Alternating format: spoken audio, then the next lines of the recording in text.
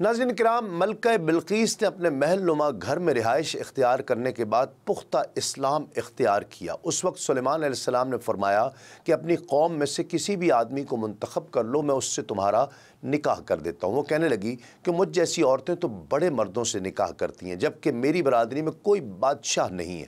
آپ نے فرمایا کہ اسلام بھی اس کی رعایت کرے گا، اور جس چیز کو اللہ نے تیرے لیے حلال کیا ہے اسے حرام رکھنا مناسب نہیں ہے۔ بلقیس نے کہا کہ اگر آپ میرا نکاح کرنا ہی چاہتے ہیں تو ہمدان کے بادشاہ ذو طبع سے کر دیجئے۔ آپ نے فرمایا ٹھیک ہے، اور ذو طبع سے اس کا نکاح کر دیا گیا اور اسے پھر یمن بھیج دیا گیا، اور آپ نے یمن کے ذو طبع پر ایک جن مقرر کیا اور اس جن کو بلا کر کہا کہ اس کے لیے ہر طرح کی خدمات انجام دی جائیں۔ چنانچہ جن اس کا تابعدار ہو گیا۔ اس کے بعد جو ارادہ کرتا جن اتباع کرتا، حتیٰ کہ بعد میں سلیمان علیہ السلام کا انتقال ہو گیا۔ ناظرین کرام، ملکہ سبا وہ واحد خاتون بادشاہ ہیں جس کا تذکرہ قرآن مجید کے ساتھ ساتھ یہودیت اور مسیحیت کی مقدس کتب میں بھی آیا ہے۔ ملکہ سبا، جن کا نام بلقیس بتایا گیا ہے، آغاز میں وہ سورج کی پوجا کیا کرتی تھیں، لیکن حضرت سلیمان علیہ السلام سے ملاقات کے بعد ان پر ایمان لے آئیں اور موحد بن گئیں۔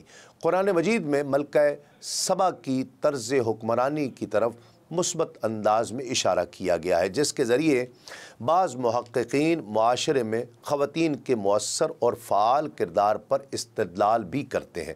بلقیس بنت ہدہد بن شراحیل سام بن نوح کی نسل سے ہیں، جنہیں یلقمہ کہا گیا ہے۔ بعض منابع میں ان کے والدین میں سے ایک کو جنات میں سے قرار دیتے ہیں، البتہ اس نظریے کے مخالفین بھی موجود ہیں۔ بلقیس قبیلہ حمیر سے تھیں اور یمن پر ایک مقتدر حکومت کی مالکہ تھیں، جس نے یمن پر 9 برس حکومت کی۔ آپ عقل مند ترین خواتین میں شمار کی گئی ہیں۔ تفسیر القمی کے مطابق انہوں نے حضرت سلیمان علیہ السلام سے شادی کی، لیکن ابن کلبی کے مطابق انہوں نے حضرت سلیمان علیہ السلام سے نہیں بلکہ کسی اور سے شادی کی تھی۔ یہودی اور عیسائی منابع میں بھی ملکہ سبا کا تذکرہ موجود ہے۔ بائبل میں ذکر آتا ہے کہ ملکہ سبا، جس نے حضرت سلیمان کی کافی شہرت سن رکھی تھی، حضرت سلیمان کے پاس آئی اور ان سے مختلف سوالات کرنے لگی، جن کا حضرت سلیمان علیہ السلام نے جواب دیا۔ اس کے علاوہ خوبصورت قوا، شاہانہ خوراک، شاندار دربار اور عظیم مقامات، خدمت کاروں کی منظم خدمت اور خدا کے گھر میں پیش ہونے والی قربانیوں کو دیکھ کر وہ مبہوت رہ گئی۔ آخر کار ملکہ سبا نے حضرت سلیمان علیہ السلام اور ان کے خدا کی حمد و ثنا کی، اور دونوں طرف سے ایک دوسرے کو قیمتی تحفے تحائف رد و بدل ہوئے، اور ملکہ سبا اپنے ملک کی طرف واپس پلٹ گئیں۔ حضرت سلیمان علیہ السلام اور ملکہ سبا کی داستان فارسی ادبیات میں بھی بہت معروف ہے۔ اس سلسلے میں بعض شعراء کے مستقل اشعار بھی موجود ہیں۔ حیاتی گیلانی نے 10ویں صدی ہجری میں سلیمان و بلقیس کے عنوان سے، جبکہ احمد خان صوفی نے 12ویں صدی ہجری میں بلقیس و سلیمان کے نام سے ایک مثنوی بھی لکھی ہے۔ قرآن مجید میں امور سلطنت کے متعلق حکمرانوں کی تربیت کے لیے حضرت سلیمان علیہ السلام کا ایک واقعہ بھی بیان کیا گیا ہے کہ ایک مرتبہ حضرت سلیمان علیہ السلام کی خدمت میں ظہر کی نماز کے بعد جہاد کے لیے 1000 گھوڑے پیش کیے گئے تاکہ وہ انہیں دیکھ لیں اور ان کے احوال کی کیفیت سے واقف ہو جائیں۔ ان گھوڑوں میں خوبی یہ تھی کہ وہ 3 پاؤں پر کھڑے اور چوتھے سم کا کنارہ زمین پر لگائے ہوئے تھے، جو ایک خوبصورت انداز تھا، اور وہ بہت تیز رفتار تھے۔ انہیں دیکھ کر حضرت سلیمان علیہ السلام نے فرمایا، میں ان سے اللہ تعالیٰ کی رضا اور دین کی تقویت و تائید کے لیے محبت کرتا ہوں، یعنی میری ان کے ساتھ محبت دنیاوی غرض سے نہیں ہے۔ پھر حضرت سلیمان علیہ السلام نے انہیں چلانے کا حکم دیا یہاں تک کہ وہ نظر سے غائب ہو گئے۔ پھر حکم دیا کہ انہیں میرے پاس واپس لاؤ۔ جب گھوڑے واپس پہنچے تو حضرت سلیمان علیہ السلام ان کی پنڈلیوں اور گردنوں پر ہاتھ پھیرنے لگے۔ اس ہاتھ پھیرنے کی چند وجوہات تھیں۔ پہلی یہ کہ گھوڑوں کی عزت و شرف کا اظہار مقصود تھا کہ وہ دشمن کے مقابلے میں بہتر مددگار ہوتے ہیں۔ دوسری وجہ یہ تھی کہ امور سلطنت کی خود نگرانی فرمائی تاکہ تمام حکام مستعد رہیں۔ تیسری یہ کہ آپ علیہ السلام گھوڑوں کے احوال اور ان کے امراض و عیوب کے اعلیٰ ماہر بھی تھے، ان پر ہاتھ پھیر کر ان کی حالت کا امتحان فرماتے تھے۔ قرآن مجید میں ارشاد ربانی ہے، اذ ارد علیہ بالعشی الصافنات الجیاد فقال انی احببت حب الخیر عن ذکر ربی حتی توارت بالحجاب ردوها علی فتفق مسحا بالسوق والاعناق۔ جب اس کے سامنے شام کے وقت ایسے گھوڑے پیش کیے گئے جو 3 پاؤں پر کھڑے اور چوتھے سم کا کنارہ زمین پر لگائے ہوئے تھے، بہت تیز دوڑنے والے تھے، تو سلیمان نے کہا مجھے اپنے رب کی یاد کے لیے ان گھوڑوں کی محبت پسند آئی ہے۔ پھر انہیں چلانے کا حکم دیا یہاں تک کہ وہ نگاہ سے پردے میں چھپ گئے۔ پھر حکم دیا کہ انہیں میرے پاس واپس لاؤ، تو ان کی پنڈلیوں اور گردنوں پر ہاتھ پھیرنے لگے۔ ایک قول یہ بھی ہے کہ یہ پردار گھوڑے تھے، تعداد میں 20 تھے۔ ابراہیم تمیمی نے گھوڑوں کی تعداد 20,000 بتلائی ہے۔ ابو داؤد میں ہے، نبی کریم صلی اللہ علیہ وآلہ وسلم تبوک یا خیبر کے سفر سے واپس تشریف لائے تھے، گھر میں تشریف فرما تھے۔ جب تیز ہوا کے جھونکے سے گھر کے کونے کا پردہ ہٹ گیا، وہاں سیدہ ام المومنین حضرت عائشہ رضی اللہ تعالی عنہا کی کھیلنے کی گڑیاں رکھی ہوئی تھیں۔ نبی کریم صلی اللہ علیہ وآلہ وسلم کی نظر بھی پڑ گئی۔ دریافت کیا کہ یہ کیا ہے؟ سیدہ عائشہ رضی اللہ تعالی عنہا نے جواب دیا، میری گڑیاں ہیں۔ آپ صلی اللہ علیہ وآلہ وسلم نے دیکھا کہ بیچ میں ایک گھوڑا سا بنا ہوا ہے جس کے 2 پر بھی کپڑے کے لگے ہوئے ہیں۔ پوچھا یہ کیا ہے؟ کہا گھوڑا ہے۔ فرمایا اور یہ اس کے اوپر دونوں طرف کپڑے کے کیا بنے ہوئے ہیں؟ کہا یہ دونوں اس کے پر ہیں۔ فرمایا اچھا، گھوڑا اور اس کے پر بھی؟ صدیقہ رضی اللہ تعالی عنہا نے عرض کیا کہ آپ صلی اللہ علیہ وآلہ وسلم نے نہیں سنا کہ سلیمان کے پردار گھوڑے تھے؟ یہ سن کر نبی کریم صلی اللہ علیہ وآلہ وسلم ہنس دیے، یہاں تک کہ آپ کے آخری دانت تک دکھائی دینے لگے۔ سلیمان علیہ السلام ان کے دیکھنے بھالنے میں اس قدر مشغول ہو گئے کہ عصر کی نماز کا خیال ہی نہ رہا، بالکل بھول گئے۔ جیسے کہ حضور نبی کریم صلی اللہ علیہ وآلہ وسلم غزوہ خندق والے دن لڑائی کی مشغولیت کی وجہ سے عصر کی نماز نہ پڑھ سکے تھے اور مغرب کے بعد ادا کی۔ چنانچہ بخاری و مسلم میں ہے کہ سورج ڈوبنے کے بعد حضرت عمر رضی اللہ تعالیٰ عنہ کفار قریش کو برا کہتے ہوئے نبی کریم صلی اللہ علیہ وآلہ وسلم کے پاس آئے اور عرض کرنے لگے، نبی کریم صلی اللہ علیہ وآلہ وسلم میں تو عصر کی نماز بھی نہیں پڑھ سکا۔ آپ صلی اللہ علیہ وآلہ وسلم نے فرمایا میں بھی اب تک ادا نہیں کر سکا۔ چنانچہ ہم بطحان میں گئے، وہاں وضو کیا اور سورج کے غروب ہونے کے بعد عصر کی نماز ادا کی اور پھر مغرب پڑھی۔ یہ بھی ہو سکتا ہے کہ دین سلیمان میں جنگی مصلحت کی وجہ سے تاخیر نماز جائز ہو، اور یہ جنگی گھوڑے تھے جنہیں اسی مقصد سے رکھا گیا تھا۔ چنانچہ بعض علماء نے یہ کہا بھی ہے کہ صلاۃ خوف کے جاری ہونے سے پہلے ہی یہی حال تھا۔ بعض کہتے ہیں کہ جب تلواریں تنی ہوئی ہوں، لشکر بھڑ گئے ہوں اور نماز کے لیے رکوع و سجود کا امکان ہی نہ ہو، تب یہ حکم ہے۔ جیسے صحابہ کرام رضوان اللہ تعالی علیہم اجمعین نے تیستر کی فتح کے بعد موقع پر کیا تھا، لیکن ہمارا پہلا قول ہی ٹھیک ہے، اس لیے کہ اس کے بعد ہی سلیمان کا ان گھوڑوں کو دوبارہ طلب کرنا وغیرہ بیان ہوا ہے۔ انہیں واپس منگوا کر ان کے کاٹ ڈالنے کا حکم دیا اور فرمایا میرے رب کی عبادت سے مجھے اس چیز نے غافل کر دیا، میں ایسی چیز ہی نہیں رکھنے کا۔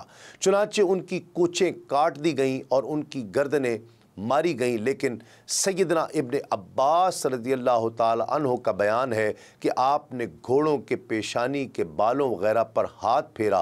امام ابن جریر رحمۃ اللہ علیہ بھی اسی قول کو اختیار کرتے ہیں کہ بلا وجہ جانوروں کو ایذا پہنچانا ممنوع ہے۔ ان جانوروں کا کوئی قصور نہ تھا جو انہیں کٹوا دیا جاتا، لیکن میں کہتا ہوں کہ ممکن ہے یہ بات ان کی شرع میں جائز ہو، خصوصاً ایسے وقت جب کہ وہ یاد اللہ میں حارج ہوئے ہوں اور وقت نماز نکل گیا، تو دراصل یہ غصہ بھی اللہ کے لیے ہی تھا۔ چنانچہ اسی وجہ سے ان گھوڑوں سے بھی تیز اور ہلکی چیز اللہ رب العزت نے اپنے نبی کو عطا فرمائی، یعنی ہوا ان کے تابع کر دی۔ حضرت ابو قتادہ رحمۃ اللہ علیہ اور ابو دہما رحمۃ اللہ تعالی علیہ اکثر حج کیا کرتے تھے۔ ان کا بیان ہے کہ ایک مرتبہ ایک گاؤں میں ہماری ایک بدوی سے ملاقات ہوئی۔ اس نے کہا کہ رسول اللہ صلی اللہ علیہ وآلہ وسلم نے میرا ہاتھ تھام کر مجھے بہت کچھ دینی تعلیم دی۔ اس میں یہ بھی فرمایا کہ اللہ سے ڈر کر تو جس چیز کو چھوڑے گا اللہ تجھے اس سے بہتر عطا فرمائے گا۔ حضرت سلیمان علیہ السلام کے مناقب کے بیان میں امام نسائی، احمد ابن خزیمہ اور حاکم نے روایت کیا ہے کہ حضرت عبداللہ بن عمر رضی اللہ تعالی عنہما سے مروی ہے کہ حضور نبی اکرم صلی اللہ علیہ وآلہ وسلم نے فرمایا کہ جب حضرت سلیمان بن داؤد علیہ السلام نے بیت المقدس کی تعمیر کی تو انہوں نے اللہ رب العزت سے 3 باتوں کی دعا کی۔ پہلی یہ کہ اللہ رب العزت انہیں ایسی حکومت عطا فرمائے جو اللہ تعالیٰ کی بادشاہت کے مطابق ہو، پس انہیں ایسی ہی حکومت عطا فرما دی گئی۔ دوسری یہ کہ اللہ رب العزت انہیں ایسی سلطنت عنایت فرمائے جو ان کے بعد کسی کو نہ ملے، پس انہیں ایسی ہی سلطنت عطا فرما دی گئی۔ اور تیسری یہ کہ جب وہ مسجد اقصی بنانے کے بعد فارغ ہوئے تو انہوں نے اللہ تعالیٰ سے یہ دعا کی کہ اے اللہ، جو شخص اس مسجد میں نماز پڑھنے آئے تو اسے گناہوں سے ایسے پاک فرما دے جیسے وہ اپنی ماں کے پیٹ سے پیدائش کے وقت گناہوں سے پاک تھا۔ امام ابن ماجہ نے بھی اس حدیث کو روایت کیا اور اس میں یہ اضافہ کیا ہے کہ حضور نبی اکرم صلی اللہ علیہ وآلہ وسلم نے فرمایا کہ 2 چیزیں انہیں عطا ہوئیں اور میں امید کرتا ہوں کہ انہیں تیسری بھی عطا ہوئی ہوگی۔ امام حاکم اور طبری نے لکھا ہے کہ حضرت مولا کائنات حضرت علی رضی اللہ تعالی عنہ حضور نبی کریم صلی اللہ علیہ وآلہ وسلم سے روایت کرتے ہیں کہ آپ صلی اللہ علیہ وآلہ وسلم نے فرمایا اللہ رب العزت نے آپ صلی اللہ علیہ وآلہ وسلم سے پہلے جو بھی نبی گزرا اس کی امت میں سے کسی بادشاہ کو اتنی عمر عطا نہ فرمائی جتنی اس نبی کی امت میں اس نبی حضرت سلیمان علیہ السلام کو عطا فرمائی۔ امام حاکم، ابن حبان اور ابن عساکر بیان کرتے ہیں کہ حضرت محمد بن جعفر بن محمد اپنے والد سے روایت کرتے ہیں کہ حضرت سلیمان بن داؤد علیہ السلام کو زمین کے مشرق و مغرب کی حکومت عطا ہوئی۔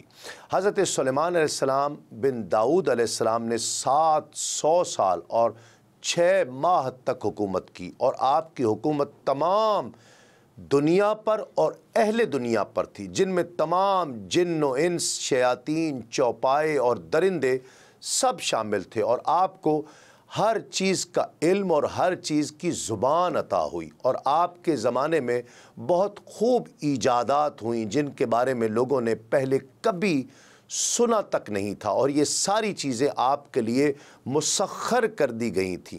پس آپ علیہ السلام اللہ تعالیٰ کے امر اور اس کے نور اور حکمت کے ذریعے ان کی تدبیر کرتے رہے، یہاں تک کہ جب اللہ رب العزت نے آپ علیہ السلام کی روح کو قبض کرنے کا ارادہ فرمایا تو آپ کی طرف وحی بھیجی کہ وہ اللہ رب العزت کے عطا کردہ علم اور حکمت کو اپنے بھائی اور حضرت داؤد علیہ السلام کے بیٹے کو ودیت کر دیں، اور ان میں 480 آدمی ایسے تھے جن کو رسالت عطا نہیں ہوئی تھی، یعنی یہ شرف ان میں سے صرف حضرت سلیمان علیہ السلام کو ہی حاصل ہوا۔